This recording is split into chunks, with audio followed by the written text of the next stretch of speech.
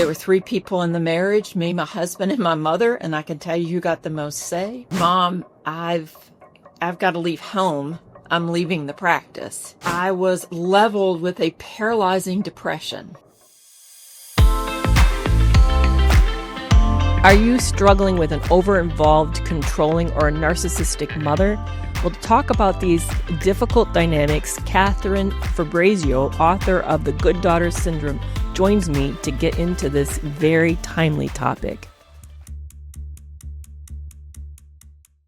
So thank you so much, Katherine, for joining us today.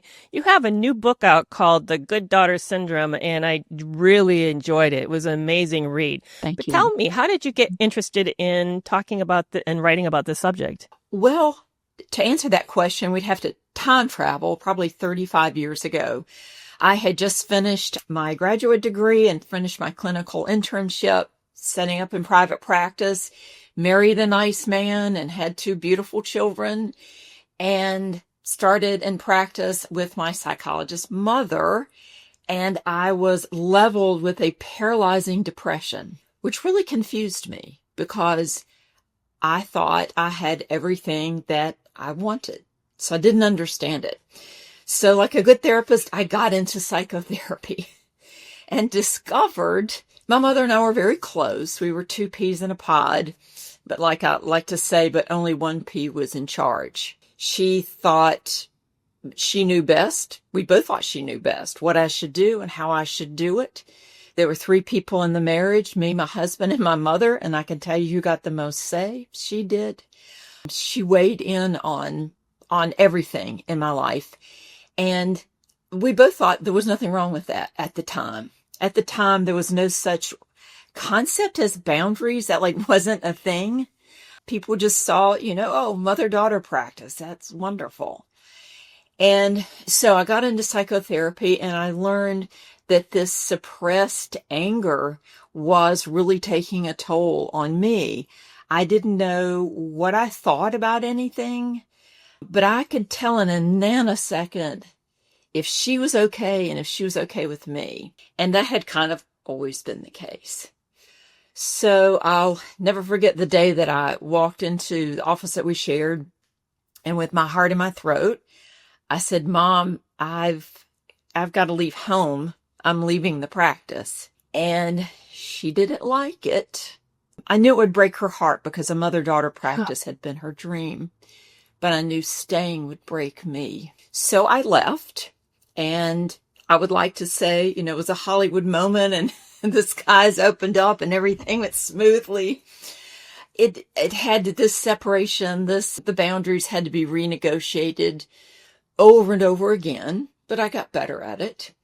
And as this happens, a lot of what I now call good daughters kind of washed up on my couch, and women who would come in with all kinds of presenting problems, anxiety, depression. Many times they had landed in a relationship with a narcissistic partner. And when I dug a little further, more times than not, I would hear about their relationship with their mom. And they'd be very, again, 30 years ago, very reluctant to talk badly about their mothers. Many of them would say, well, I went to a therapist who said my mother's a narcissist, so I quit that therapist. And then decades later, the same dynamics were in play. So not only did I kind of understand my story, but I got to hear every variation on what I came to find out was a theme. I see daughters who are in no contact with their mothers, and I fully support that. Daughters who just, the relationship kind of needs a tweak, and there's some intergenerational wounding in there, and kind of everything in between. So that's my story. And I thought, good daughter, a daughter, I was very motivated to be good, to be a performer, to not rock the boat, to make mom look good, make mom feel good. And so that phrase kind of stuck with me. It's a powerful phrase. It really captures, I think, what a lot of us feel in these relationships, that we're trying to be good enough. Did you think that by the end of her life that you succeeded, or did you not? I was curious about that. That's a good question. She got dementia, and so oddly enough, her controlling, bossy nature sort of fell away. And she was kind of sweet at the end. I do feel like, again, it was decades. She never liked my boundaries, but she grew to respect them. And in some softer moments would say that I was aware of something and I was on to something with boundaries. And she had been intergenerational. She was very controlled by her parents and had the same dynamic. And so there was a part of her that kind of admired it. But and people do ask me this, but sometimes she could grasp it at times and not act out. But probably 80% of the time, that drive to be superior, to be intrusive, was always there. And I would have to set up pretty hard boundaries. Yeah. Yeah. So it's not like she was cured and we could fully have a equal kind of respectful conversation. It was just, she was hard boiled. Why do you think people struggle? Because this is a common thing, that what you described, this not seeing it. We often see the other more problematic relationships. Maybe we come in and we're describing that we're having problems with a kid, or maybe with our partner, maybe even with our father. But why do you think that it's difficult to see the challenge with the mom? Do you have some thoughts about that? I think it's based in the evolutionary biological mandate to do this relational, do the work that it takes to get this person that we know. So our survival brain, use that word a lot. Survival brain knows we can't feed, protect, take care of ourselves. So whatever mother that we're given, we just implicitly do whatever it takes to make that relationship work. If you think about, there are all kinds of studies pre-verbally, how, I think the flat face experiment. Yeah, the blank face. That's what face. Yeah, experiment, where they bring kids in even later on after they do the experiment, and their physiology remembers the trauma. Wow. Fascinating to me. And this is before, this is pre-verbal. Yeah. So when we look into mom's face, if we see, a cloud of depression, or the distraction of anxiety, or maybe she's altered in some way, particularly attuned, many times first starters, not always, but we're tuning into that and we're either suppressing, not rocking the boat. Maybe we're quiet. Maybe we're good. We do whatever it takes to make that relationship as connected as possible. So I think this lives in our unconscious and our implicit brain. And so then, say in adulthood, well, I've learned about boundaries. I'm going to set some boundaries with mom. And then it's terrifying. It's like we go to do it. I know when I walked into my mom's office, it's like a disembodied voice. I knew what I wanted to say, but it was almost like somebody else was saying it. My heart was in my throat. I had to kind of choke out the words and think, why? So why was this so difficult? I think it's because there's so many neuropathways laid down that say, oh, alarm, alarm, when we, consciously want to relate differently and we logically think that's a good idea, but our nervous systems get activated and say, this, you're in dangerous territory. You're not going to survive this because on some level, that's what we feel happened. That's just touching the surface. There's so much more to it. Yeah, it's powerful because just this week, somebody was saying something to me similar. They said to me, well, I knew my dad wasn't a great person. I had a lot of anger about that. But then when I got a deeper look at it, I realized it was really that, yes, he was maybe problematic, but really the issue was with my mother, that in a way he was surviving her as well. And I hadn't realized that she was the larger culprit here. And it reminded me years ago, I went back in the day when I was working at a psychiatric hospital, I had a client, a young client. I mean, I'm talking early elementary age, who had attempted to harm himself in a very serious way and resulted in him being hospitalized. And his mother was not an adequate mom. I mean, it was just, she just didn't have the skill sets or the resources. She was barely holding her own life together to really know how to show up for him. And yet when she would come to visit him, you would think it was Christmas. I mean, seriously, it was like his whole body would light up with such excitement to see her. And yet you knew that he would probably walk away disappointed because the connection just wasn't very healthy, it wasn't what he needed. It's like hope springs eternal. Yeah, it does. Yeah. In fact, one of his themes in the play therapy was he'd play hide and seek in the dark in my office.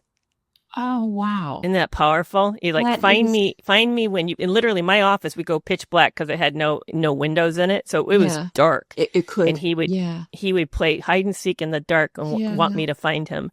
And I thought, oh, honey, you're breaking my heart because I know that you want to be found so severely. I mean, like my mother, the same person kept me out of traffic. She kept my hand off a hot stove. And so I don't think anybody's a monolith, and so the same person who could be gratifying in some moments, particularly when I was performing, when I was quote unquote making her look good, making her feel proud. Those were very heady. She was charismatic. I guess the intermittent reinforcement, I would feel really good. And it was hard to give up that drug, but she had trouble when I would struggle or like exhibit. So, like a child exhibits the full range of emotions, envy, anger, insecurity. And so the degree to which the parent is okay with those feelings within themselves, particularly the mom, then they convey whether they're okay in you. So you learn to repress them. I mean, if I showed envy, that's a green-eyed monster, because she didn't like it in herself. Yeah, that's a big point that you bring up in your book, is talking about the way in which they handle emotions, and their difficulty with emotions ends up being projected and worked out with their children. And I know that you're talking more about daughters, but I actually thought this is very applicable with both sexes. Maybe it shows up a little differently with both, but I thought that was interesting because I've noticed a few things, and I'd love you to kind of see if you could unpack this a bit. You're right. Sometimes it's almost a dismissiveness or a denial of the emotion. Other times there's a rejection, a shaming of the emotion. Sometimes there's almost a degree of like hunger, like it's insatiable, like they want more of that emotion. So can you talk about how you see the mother or even the parents' inability to process their own emotional range, how that gets worked out with their children or their child? Well, speaking as a mother, I can say, you, like when your child falls down and scrapes her knee, you don't think about how that feels. You have a visceral reaction. Yeah. Or if they have a meltdown in the grocery store, it's like your own nervous system. I think it takes a really strong, solid, secure parent. So if you have an insecure or easily dysregulated mom, and of course, as a kid, you're going to exhibit probably about every emotion. Right. Right. And you haven't started to censor them yet. So I think two things happen. One is that if mom's dysregulated a lot of the time, if she's not bigger, stronger, more put together, then the child becomes a regulator, and they're more likely to constrict and not show what gets, displeasure. And, you can see it in your mother's face in a nanosecond. Yes. I could tell when mom called me up, I could tell by the tone of her voice how this conversation was going to go before words registered or logic. Many times I would say she's loaded for bear, like she's looking for an argument. Yeah. Or needy and wanting just kind of to go on and not really wanting my feedback, but wanting my witness. Okay, so let me get back. So I think there's so much that's unconscious, particularly with parent-child things. And yeah, if you think about it as a mother, in every parenting moment, probably really good parenting looks dull. I've heard parenting adolescents, the best parent is a potted plant. Well, it hit me as you're talking. I know this is, you're still in mid-thought, so I know that but it hit me as you're saying that I never considered, but in a way, I guess I had, that you, as a therapist, you're trained how to go in and be available in the moment for that 45 minutes, 50-minute hour with that client. The client's needs are the one that's present, not yours. Yes. You literally leave yours behind and then deal with it separately from them. Yes. But we never think about teaching parents that they need to do the same. Yes, that they need to be bigger, sturdier, more put together, and that their reactivity will have an effect on their child. Now, depending on the child, it's different. But I like to think about it. The mother can use the child to co-regulate, and the child's pretty much a blank slate at first, pretty much. So if, I don't know, say the elementary school child comes home and she's had her best friend has played with another person on the playground, right? That's she comes in tears. I hate school. And the mother asks a couple of questions. So in a nanosecond, the mother's sense of belonging, loyalty or betrayal, all the feelings that she's experienced, that's going to determine, unless she thinks about it a lot, how she responds. Well, you do kind of do this to your friends, whether she's going to be critical or she's going to say, yeah, everybody's going to betray you at some point. You have to look out for yourself. And the more regulated parent is probably going to say very little and kind of be able to take in, the child's emotions and maybe say, I'm sure that hurts, but also offer some reassurance because they know that within themselves. I mean, there's no more naked tests than parenthood to test how, what you feel on a raw level, how well you've worked through your stuff, because it's going to come up again and again. And I would say, so that child, if she gets criticized or if her mother goes ballistic and say, well, I'm going to call that mother and we're going to have it out, learns whether or not mama's a safe place to have the emotions. Right. And again, this is, just one little example, but if you think about how that's repeated throughout development, over time. Now, a narcissistic mother will be more driven. She'll need to be more superior and have power over her daughter. Right. And see the daughter's competition, or any of her children, actually. Yeah. It seems to me almost the children seem to be both the extension and the competition. It's this bizarre duality that happens. It is. So the degree to which, and I would say the good daughter, the mother is more likely to see her as a narcissistic extension and to appropriate, it's so confusing, isn't it? Sometimes they'll compete, but when they're appropriating in that you're just an extension of them, it can feel very heady because when you're making them look good and they feel prideful, it's all good. And you think they're really looking at you, but if they're experiencing you as just an extension, look what I created, then when you start to struggle or you express insecurities, they don't want to have anything to do with that. Or you make the A-, not the A+. Right. So then a lot of daughters develop kind of this imposter syndrome. That's a lot of what I call appropriated daughters. And they implicitly know that anything less than perceived perfection in getting the A and being a winner, anything less is going to challenge mom. And so she'll either maybe micromanage you or always trying to make you better or saying, yes, that's great, but don't you think yada, yada, yada. And so they come away with the feeling of, well, it's just never good enough to satisfy mom. So I would say between mothers and daughters, what I see the most is conflicted messages. Like, I'm proud of you, but it's usually conditional or... Yes, the one that I am very familiar with is, I'm proud of you, but don't get a big head. Right. It's like, okay, how do you walk that line? Tell me what that tightrope looks like, because that's a very narrow, beam to walk. And I guess will be good as long as you're making me look good, but don't threaten me. Yeah. Don't be so good. Don't get the big head, because then you'll be threatening. And then you add being a woman in this culture and patriarchal. Right. You made one of the comments you make later in the book that just leapt out at me. I thought it was so powerful, and it is about control.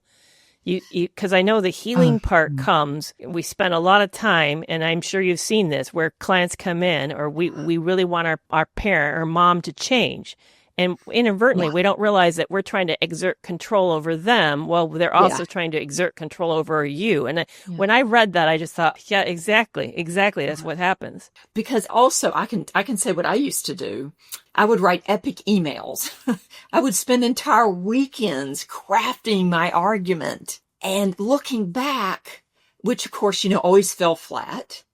She's a PhD psychologist, debate champion. I mean, there was no way I was going to win the argument. Looking back, I know her defenses, she couldn't afford to give it to me. She needed the defense of being superior. But what I was doing was really asking her permission and her approval. If I explained enough, then the light bulb would go off. She's a smart woman, right? So, and that's a form of kind of counter control, but it's also a way of staying subservient. So if I can explain to you and you can change, then we can still have this enmeshed relationship and be in the three-legged sack race, right? So I won't have to really challenge your authority. I've never seen it that way before. That's really powerful. So we can keep this togetherness, because it's so threatening. I think particularly with that same sex, it's my mother. It's terrifying to really change the dynamic.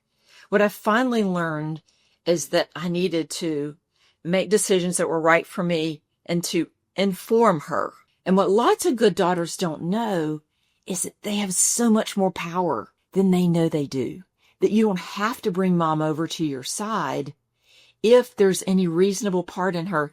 She knows this deep down, that you really have the power over how much you get together, how much access she has to you and probably your children. Right. That's like the big secret that she's not going to show her hand. But I can tell you that, and you can act on that. And it's hard because you're really acting out of your own sovereignty. And I would say 9 times out of 10, she's going to come along, because the consequence, if she doesn't, she's going to lose big time, and she's not going to have any more children. It's kind of the end of the road for her. So you have more power than you know, but you have to give up that approval. This maybe she's never going to give you. She's always going to move the goalpost, because to her, that means she cedes power. To her, that means defeat. But you don't have to be in that mindset. But you have to adopt a whole other mindset. Say, well, Mom, you have made the decisions for your life. I heard you. I know how much you want to see me. But this is what works for me. Because then I work with adult daughters, because, I've got a job, kids, a partner. So just as mom's kind of aging and losing her access, many times the daughter is establishing herself professionally, trying to have a partnership work, raising kids. And so then if you have this dominant narcissistic or borderline mom who wants to suck up all of your attention, usually women get washed up on my shore, my couch, because they're exhausted. I get a lot of comments about people's in-laws. So here you have a very dominant mother, but she's not your mother, she's your partner's mother. And that adds a whole nother layer of difficulty because of the one person removed. And I know the in-laws, being the partner of a difficult mother-in-law your partner's mother, it's so challenging when it's that distance. Because you don't really have the power. Your husband does, or your partner does. Right. Or if it's a husband, your wife has the power with her own mother. Yeah. It just becomes very layered, especially when the person involved is still enmeshed and doesn't realize. I mean, your own story, you said you were 3 of us in this marriage. Yes. I do. I get, a lot is maybe too big of a word, but I do get some husbands who say, my wife is involved in this dynamic and she can't see it. And that's tough because the individuation has to come from, the person. You just don't have that much power. I do think if we're talking about heterosexual couples, which is not everybody, but sometimes men miss the power that they have by saying, come on over here, look for closeness with me. When you put up these boundaries with mom, I will support you emotionally because you will need it. Yes. I think that's such a powerful point. It's a really great way to improve the relationship connection between the partners, but also protect the person who's struggling with their own mother. It kind of plays 2 roles at the same time. It does. There's tremendous opportunity for closeness, but then the partner has to step up. Right. Because sometimes you get the dynamic mother and daughter are so close, there's no room for the partner. And the partner has to say, hey, this is not working. Right. I need to be primary, but also I'm going to step up and be emotionally available to you. Right. Right.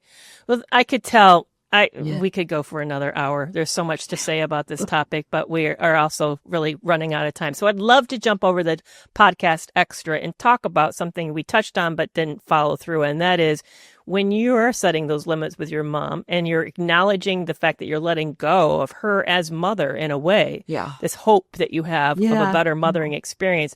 I'd love to talk about how to deal with that as you set those new boundaries and take the power back for yourself. But thank you so much for being on, Katherine. So how can people find out more about you, but also find out how to be able to get the Good Daughter Syndrome book?